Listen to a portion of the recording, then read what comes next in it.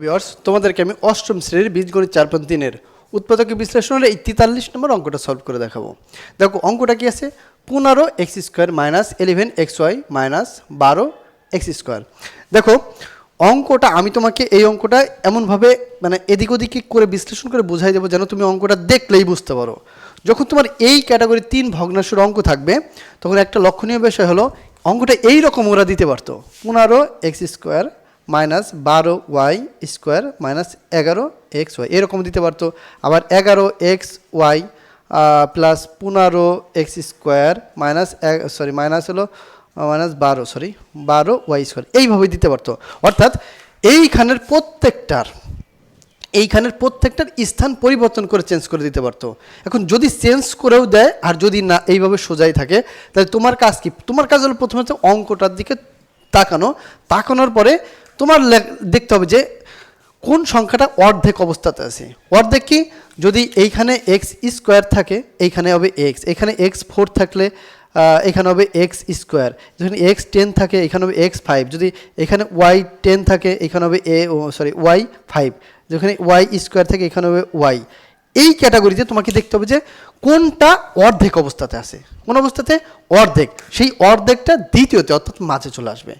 এটা তোমাকে সাজায় নিতে হবে। অনেক সময় এরকম সোজা দেওয়া থাকে না, মানে আমি তোমাকে কেন বললাম অনেক সময় অধিকাংশ সময় তোমাকে এইভাবে সোজা দেওয়া থাকবে না, স্থানগুলো চেঞ্জ করা থাকবে। তখন তোমাকে বুঝতে হবে যে কোনটা কোথায় আসবে। তখন তোমাকে যেটা মাঝে অর্থাৎ হাফ অর্ধেক দেওয়া থাকবে ওইটা দ্বিতীয় ভগ্নাংশ অর্থাৎ মাঝে আনতে হবে। এইটাই তোমার কাজ। ওকে, যেহেতু এখানে মাঝে দেওয়া আছে তাহলে আমরা এটা কাজ করবো না। এখন আমাদের কাজ কি, এই যে যখন আমরা দ্বিতীয়টা আনবো দেখো এখানে x² আছে এইখানে x আছে, এইখানে y আছে y² আছে এইখানে y আছে, তার মানে হাফে আমরা এই রাখতে পারছি, অর্ধেকে এই আছে। তাহলে এখন করণীয় কি, এই সংখ্যারে বিভক্ত করতে হবে। কোন সংখ্যারে? এই যে মাঝের সংখ্যা, এই মাঝের সংখ্যা যে xy আছে x এই যে y, এই মাঝের সংখ্যা কি করতে হবে, 11xy এটারে বিভক্ত করতে হবে। কীভাবে? দুইটা সংখ্যা রূপে আলাদা করতে হবে। আলাদা কেমন? ধরো তুমি এরকম করতে পারো, কীরকম করতে পারো? ধরো তুমি করতে পারো 10 + 1 10xy + 1xy, তুমি এরকম করতে পারো 15xy - 4xy, তুমি এরকম করতে পারো 50xy - 39xy, তুমি এরকম করতে পারো যে 6xy + 5xy, তুমি এরকম করতে পারো যে 17x y মাইনাস তোমার হলো লাগবে হলো তাহলে 6xy, তুমি এরকম করতে পারো 20xy মাইনাস তোমার হলো ধরো 9xy। মানে এইরকম যে বিভক্ত তুমি এরকম বিভিন্ন অংশে বিভক্ত করতে পারবা, আলাদা করতে হবে এই সংখ্যারে। এখন প্রশ্ন হলো আমি এই সংখ্যারে তো এরকম হাজার হাজার শত শত সংখ্যা দ্বারা বিভক্ত করা যায়, আমি নেব কোনটা, আমি কোনটা ইউজ করবো? এখানে কি আমি সব ইউজ করবো না, এইখানে তোমাকে ইউজ করতে হবে। তোমাকে আরেকটা ব্যাপার, যখন এটা ইউজ করবা, এটা যখন বিভক্ত করবা সেই সময়তে এই যে এই দুইটা মানে এইখানে যা থাকবে মাঝেরটা যদি xy থাকে ABCDE যেটা থাকে এইটা ডাবল যে দুইটা সংখ্যা, ওই দুইটা সংখ্যা তোমাকে আগে গুণ করে ফেলাইতে হবে। কি করতে হবে? গুণ করতে হবে। তাহলে যখন তুমি এটা বিভক্ত করবা তখন এই যে এটার কি আছে দেখো এখানে আছে x আর y দুইটা সংখ্যা, তাহলে তোমার খুঁজতে হবে কোথায় x আর y ডাবল আছে, কোথায় xy ডাবল আছে। দেখো আমি দেখতেছি এইটার সাথে আছে এটার সাথে আছে, তাহলে এই দুইটার সমষ্টি কী করতে হবে? গুণ করতে হবে একদম। তাহলে গুণ করলে কী হবে? 15x² গুণ হলো 12y², তাহলে এই দুইটা গুণ করলে হবে হলো 12 15, যদি আমি ধরি 15 110 যদি ধরি তাহলে 15 150 হবে, আর হলো ধরো তোমার এখানে 15 এখানে যদি 2 ধরি তাহলে 15 15 30, তাহলে ওটা 180, এখানে হবে 180x² y²। এই যে আমরা যে মাঝের সংখ্যাগুলো বিভক্ত করলাম এইখান থেকে যেই সংখ্যা দুইটা আমরা সিলেক্ট করব সেই দুইটা সংখ্যা কি করতে হবে? গুণ করলে ওই গুণফলের সমান হবে। আর একবার আমি বলি, আমরা যেখানে হাফ সংখ্যাগুলো পাবো এই সংখ্যা দুইটারে বিভক্ত করব। এখন বিভক্ত তো অনেক সংখ্যা দিয়ে করা যায়, এই মাঝে থেকে সেই সংখ্যাটা তুমি নিবা, ধরো এই জোড়া এখানে 10 আর এই যে এইটা এই দুইটা সংখ্যা গুণ করলে এই গুণফল মানে এইটা আর এইটার গুণফলের সমান হইতে হবে।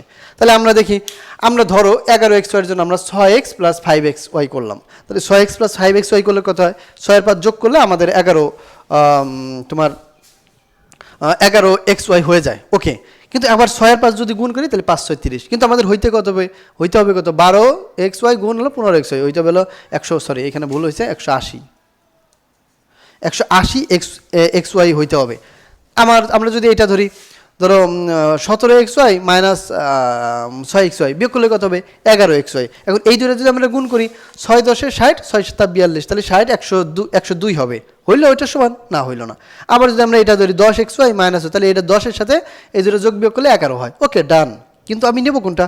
এটার সাথে গুণ করলে তো হয় না 180, এইটা হয়। দেখো 20 XY থেকে -9 XY বাদ দিলে আমাদের হবে হলো তোমার 11 XY। আবার 20 গুণ 9 করলে 9 2 18, আর এই যে একটা শূন্য 180 হয়ে গেল। আর এক্স গুণ করলে এক্স স্কোয়ার, ওয়াই গুণ করলে ওয়াই স্কোয়ার। তো এই হলো মূলত তোমার যে সেপারেশনটা তোমাকে কিভাবে করতে হবে?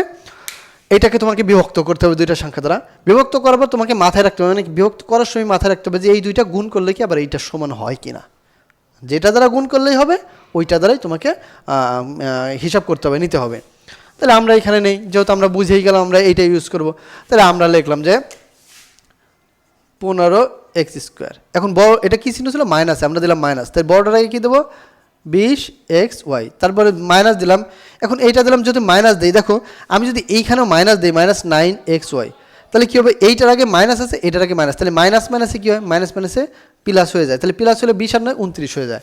তাহলে এইরকম যখন থাকবে তখন বড়টার আগে কী চিহ্ন আছে? মাইনাস। এটা কী করতে হবে? বিয়োগ করতে হবে। বিয়োগ করতে এটা চিহ্ন হবে পরিবর্তন, প্লাস হয়ে যাবে। কারণ কি? কারণ হলো -20xy প্লাস 9xy সমান সমান হলো -11x, এই তো মানে xy হয় এরকম ব্যাপারটা।